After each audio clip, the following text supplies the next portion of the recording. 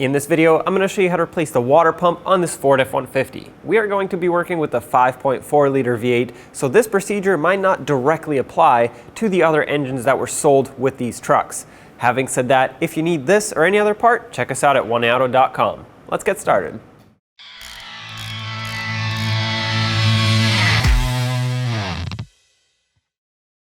Let's start by draining the coolant. Go into the passenger side wheel well. And if you keep looking towards the radiator, you'll see the petcock right there. Sometimes you can pull this fender liner out like this, and that gives you a little bit better access. There it is, right there. If you reach your hand in, you should be able to crack it open, spin it counterclockwise, have a collection bucket underneath. There we go. So let that drain. Remove the radiator cap so it can drain faster. And once it's done draining, I mean, it's not completely done. You can wait longer, but I would call this done. It's just slowly dripping out of here. Let's cap this off. Make sure that petcock is nice and tight so that you don't have any leaks.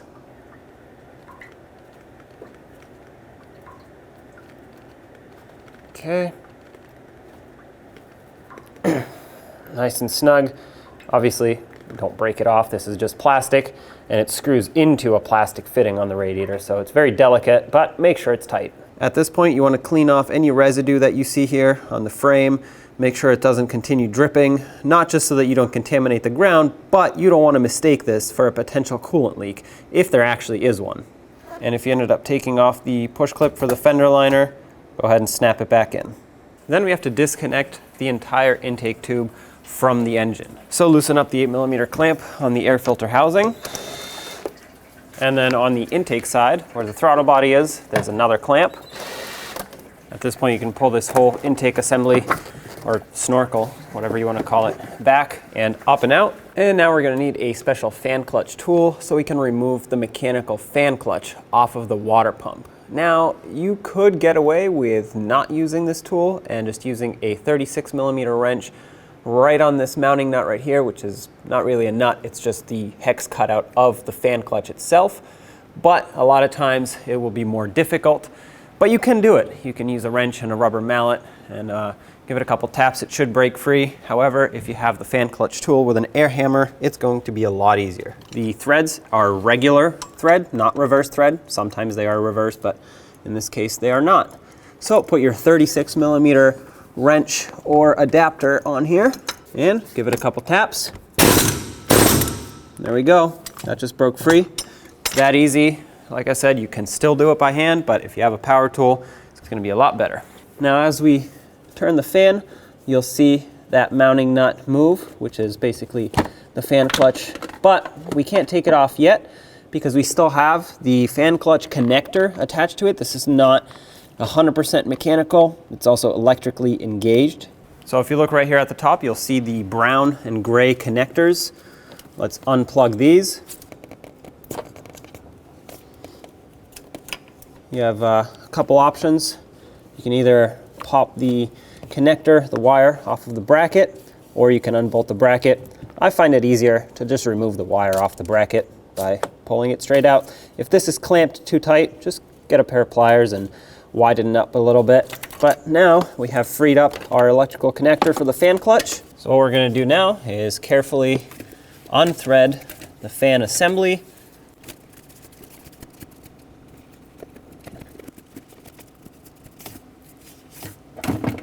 All right, fan's off. You can let it rest here. Now be careful because you don't want to stab your radiator at the top there with the fan blades. But this right here gives us plenty of room to work. This is the fan clutch electrical connector here. We'll just let that hang. This is out of our way. It is safe. If you want to remove it, you can only do so by removing the upper radiator shroud. Now, maybe if we pull the upper radiator hose off, you can sneak it past, but I think it's a lot more complicated than to just leave it here. Having said that, let's break free the mounting bolts for the water pump pulley before we completely remove the belt. Sneak your 10mm wrench or socket in here, break these free. It's easiest to do it now while the pulley is still attached. As you can see, it's going to want to spin. Okay, some of these are a little stubborn, and I do have a solution for that. If tapping the wrench doesn't work, I'm going to grab an impact. If you don't have one, what you can do is put extra tension on the belt by either pulling on it or putting a 1/2-inch breaker bar ratchet in there and applying extra pressure. Since I'm going to need the breaker bar in the end anyway, or the 1/2-inch ratchet in my case, I'm going to use it. I'm going to use it to apply extra pressure. Okay, so that way it loosens. So you basically have to spin this tensioner or push it towards the passenger side. That'll apply extra tension on the belt. There we go. That's already loose.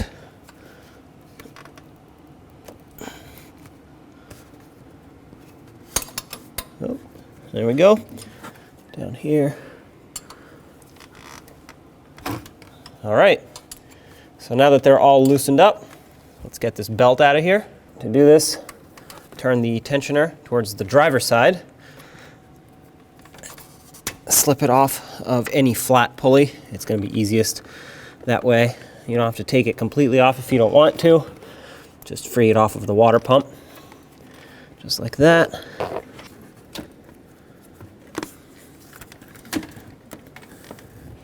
I'm going to pull it off of the harmonic balancer just so I don't contaminate the belt as we replace the water pump. Okay. Pull it up and out of your way here. There we go. Now let's finish removing the 4 bolts that hold on this pulley.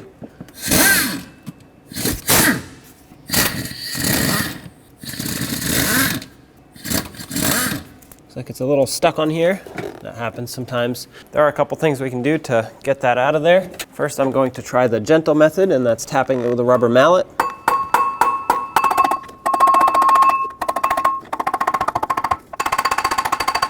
If that doesn't quite work, you can try to very gently pry it. Try not to break anything. There we go, I think it just broke free.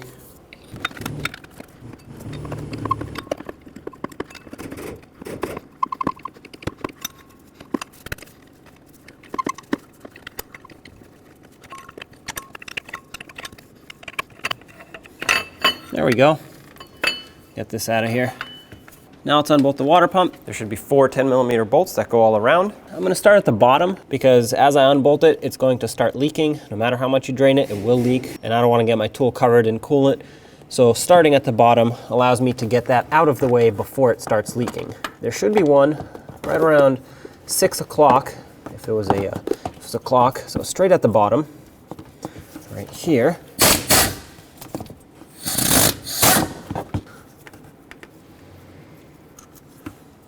And then just go around. All right, last one is at the top. Okay, I'm gonna take this out, but then I'm gonna actually put it in a couple threads because I want to break the water pump free without it falling out of here.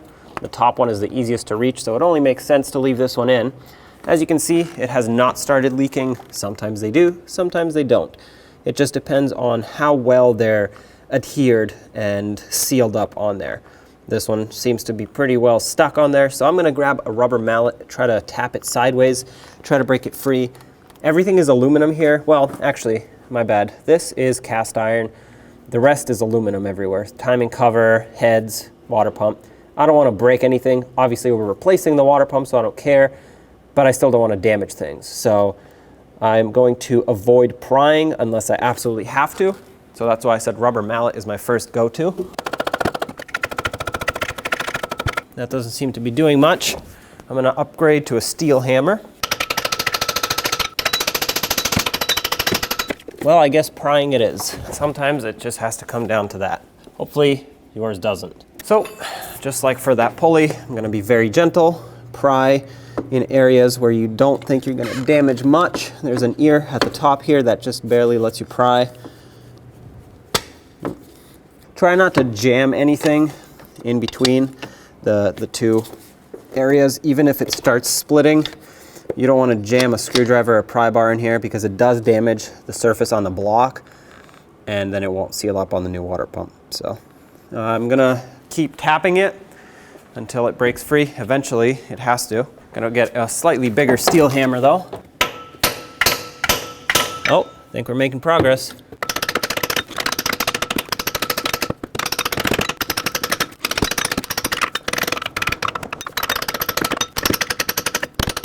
Well, it's moving around. It's not coming off, so I'm gonna take this bolt out in hopes that that'll allow it to move more and break free a little bit more.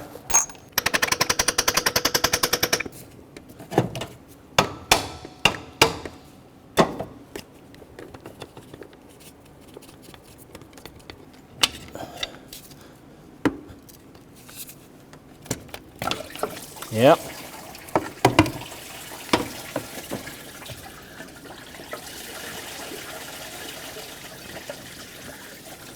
There it is. This lip right here is what we were getting stuck on. It's just full of corrosion, a bunch of rust buildup. So definitely not friendly for removal. And having said that, we do have quite a bit of cleanup to do and corrosion removal. So let's do that. To clean this out, it just depends on how severe corrosion is. For me, I think it's pretty bad, so I'm going to use a wire brush. This is cast iron, so this is not going to damage it. Now, obviously, you don't want to dig into it. I am using the drill, so I can easily control the speed of my wire brush. If you want to use maybe a razor blade, a manual wire brush, like a hand brush, that's fine too. Whatever works for you, just get this cleaned up so the new O-ring can seal.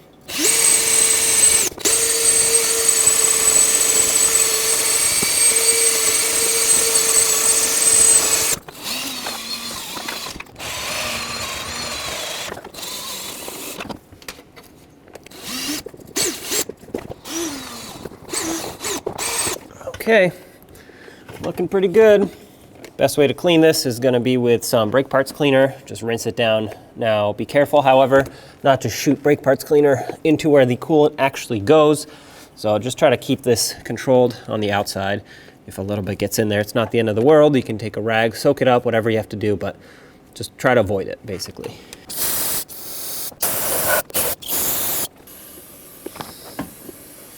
Your new water pump should come with a brand new gasket. Slide this on. Optionally, before you slide it on, you can take a little bit of coolant. I just have a little bit of silicone paste and lubricate the gasket a little bit. This will help it slide onto the water pump easier. Also, slide onto the block easier. Make sure it's seated in this groove all the way around. Give it an extra coating if you want. Once again, coolant is just fine. Since it's actually sealing up coolant, it's meant to be soaked in coolant at all times. So, having said this, let's get this installed. Now let's bring the new water pump in. In this particular application, the weep hole is actually at the top, unlike in most other cases. So make sure you put it the right way. I mean, not that it will line up any other way, bolt hole wise, but just something to pay attention to.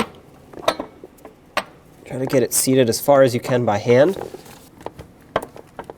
All right, that just slid in there. That's bottomed out all the way, and you can spin it to line it up. This new one is actually nice because it gives you two little tabs, ears, to pry on when it comes time to removing it, which is actually exactly what we needed on the other one, but it did not have any. Let's grab all 4 bolts. If needed, clean them up. Start on the bolts. They should thread on nice and smooth. If they aren't, they're either cross-threading or the water pump is not lined up properly and it's causing them to bind up. Let's gently bottom these out. I don't want to tighten them yet. I want to wait until they're all snug so we can torque them properly. The sequence doesn't matter at this point as long as you go in a cross pattern.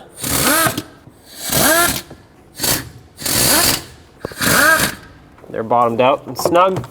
Now let's torque them. 18 foot-pounds is the torque for this. We're also going to go in a cross pattern. That way I can make sure the water pump is perfectly seated up against the block.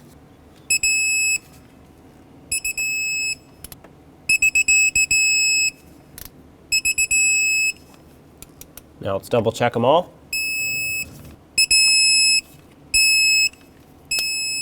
That's it, it's torqued. Now let's put the water pump pulley on. If you want, you can put some anti-seize or grease on the lip of the pulley here, right where it was seized on when we took it off. It's optional. I like to do this so that it can come off easier next time this has to be serviced, but you don't have to if you don't want to. Try not to get it on the threads here. The fan clutch needs to be nice and tight on there. That is a lot less likely to seize than the water pump. So I'm going to coat this, just a very thin coating. You don't want a lot, just enough to prevent it from rusting basically. If you put too much, it'll just start flinging out. Get this pulley back on, and this part's going to be a little tricky because you have to hold it and line up the bolts at the same time. There we go. Once you line up one, if you just bottom it out by hand, it should hold this steady so you can do the rest of them.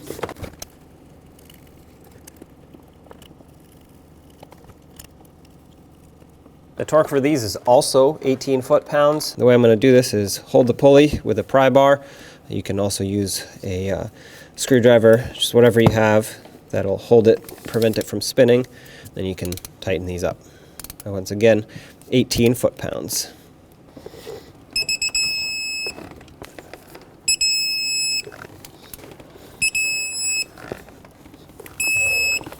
Okay, those are tight. If you don't have anything to hold this with, just make them nice and tight with a wrench after the belt is on. Take some brake parts cleaner, clean off the harmonic balancer and this whole lower area where the belt is going to go.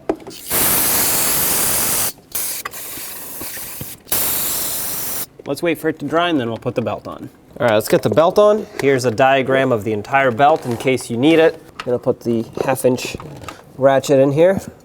Make sure it's well seated. And once again, to release tension, go towards the driver's side. But of course, before we do that, we need to put the belt back onto the pulleys. I just wanted to get that ratchet situated so that we're ready to go. Get this over the harmonic balancer, the crank pulley, around the water pump. I'm going to leave it off of the alternator and off of the idler up here. I'm going to put it around the power steering underneath this idler, the ribbed one. But I'm gonna, like I said, leave it off of the flat idler and the alternator. Let's check the AC, make sure that's still on. Yep, I never took it off of there and it didn't fall off, so that's perfect. Let's release tension. Slip it over, that's on the alternator. Let's get it underneath this other idler pulley here, the flat one. Okay, that's on. Let go of the breaker bar or ratchet, whatever you're using, and just double check that it's seated. Uh-oh, that's not seated on the power steering over there, so let's fix that. Release tension. Slip it on. There we go. Very important to check it because if it's off, it's just going to literally shred itself as it's running. And I can see that it's not completely centered on the water pump. It's centered over here, but not so much over here. So I'm going to double check the crank, and the crank is good, so that means it just needs to be pushed back a little. So I'm going to release tension once again. There we go. Push it back. Now it's flat. It's sitting perfectly. So let's get the fan and the fan clutch on. Now let's get the fan clutch lined up. Line it up with the threads here and spin it clockwise to start it on.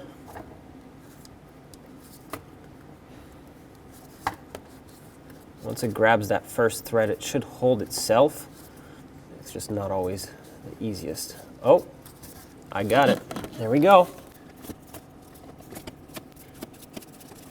All right, so that's bottomed out. Let's grab the fan clutch tool and tighten it up. All you need to do with this is just give it a couple taps.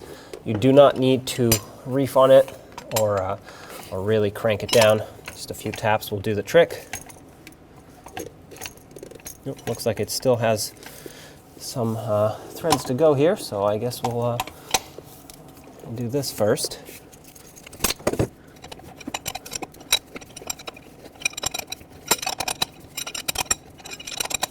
Okay, now it's bottomed out. So now, put the air hammer on it, and that's it right there. Now let's get the connector for the fan clutch back in. What I'm going to do is I'm going to try to pry this out just a little bit. Okay, so now I'll have space to put this in. Flip it around the right way. That. Now squeeze it down a little. That's going to hold it in place. And then secure these two. Technically, this should clip on here. It's kind of broken though, so I don't think it's going to stay very well. This is also broken, so what I'm going to do is just use a wire tie. Because the fan is so close here, I don't want it to get caught and get ripped off. I'm going to take this off of here, and I'm just going to wire tie this entire area. Just going to run it over like this onto the bracket. Doesn't have to be very tight, just has to hold it in place. Take this, slide it over on the throttle body first, and then on the air filter side. Oops, make sure it doesn't slide off in the process. You want to make sure it's seated on both so it can seal up. You don't want any air leaks past the mass airflow sensor. It would make it run poorly. So now let's snug up the two clamps. Press this one tight up against the air filter housing. As you can see, it has the two arrows that have to line up. Just make it snug, and do the same over here. Doesn't move, so that's perfect. You can pour antifreeze directly into the radiator, but it does make things a lot easier if you have a spill-proof funnel. This also helps the bleeding procedure. Comes with this adapter, well, many, but this one fits this particular truck. A radiator cap that basically goes around this adapter and the funnel itself. It all locks in and seals. It also has a plug that helps you stop the flow once it's full. And in here, you can pour your antifreeze. And in here, you can pour your coolant. And now that you've filled up the funnel with coolant, you'll see that it's going to want to bubble. And as it's bubbling, you can also massage the upper radiator hose. That'll get out some extra bubbles. That's just air naturally rising to the top, because now this is going to be the highest point in the cooling system. So air is going to want to be pushed here. Once it stops bubbling, it will be time to turn the engine on and let the water pump do its job, push the air out, pull the water in, or the coolant, and bleed the system, basically get all the air out of there. So let's do just that. Of course, if you're running your vehicle in a garage, make sure it's well ventilated. I have an exhaust fan that I'm going to hook up. If you're outside, you're good to go. Here we go.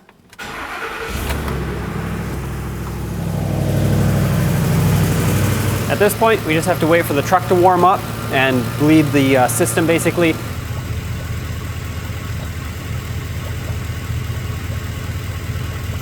Now let's go inside the truck, and I'll show you exactly what to do the proper bleeding procedure. In here, what you want is to turn the heat all the way up, AC off. You want to make the blower blow on the vents. Now, it doesn't really matter, but it's easier to feel when it's on vents. You want to feel that the air gets warm. The blower, you want it somewhere on the lower settings. If you blast it, it could actually prevent the engine from warming up faster, so it's just easier if you have it low. You can still feel air coming through. What you're looking for is to feel heat. That's also why you want the AC off. You want the engine to heat up as fast as possible. And at this point, we just let it run and wait for it to warm up. You also want to pay attention to your temperature gauge. That's this one right here. Make sure that it stops somewhere around halfway. If it goes past it, and especially if it starts getting into the hot zone, it's overheating. Shut it down, let it cool, and turn it back on. Most likely it's just an air pocket. As it warms up, you can give it some revs to help it bleed. If you watch the coolant funnel as I rev it, there you go, it bubbles out. Truck's been running for a while. I'd say about 15 minutes now. The thermostat has opened, it has bubbled up quite a bit. The engine has reached operating temperature and has stayed there, so I know it's good. Let's turn it off, and then I'm gonna wait for it to cool down. A lot of times it will suck some of this coolant back in, and then we'll fill the overflow with the leftover. Before you put this plug in here, instead of just putting it in and leaving it, squeeze the upper radiator hose a little bit, and then put the plug in. Once you do that, you should be able to pull this away with almost no spillage at all, because squeezing the upper radiator hose makes fluid go into the funnel, and then plugging it prevents it from returning back. So as soon as you pull it, air will rush in, but obviously not a lot, just enough to prevent you from spilling. Take the adapters off if you use them, and put your radiator cap back on. Right next to the air filter housing, you'll see your coolant overflow. It says it right here, radiator coolant only. Pop the cap off. There's a fill line right here. It's actually a cold fill, but we're just going to go to the bottom of it for the hot fill. When it's hot, it actually comes up a little further. So remove the plug here, and I'm just gonna drain the rest of this in here. Perfect. That actually brought us right to the low mark of the cold fill. Like I said, for the hot fill, it will be a little bit higher. So there you have it. Coolant is bled and topped off. So there you have it. I hope this video was helpful. If it was, don't forget to leave a like. And if you have anything to say, leave it in the comment section below. Don't forget to subscribe and ring that bell so you can stay up to date with all of our future content. Thanks for watching.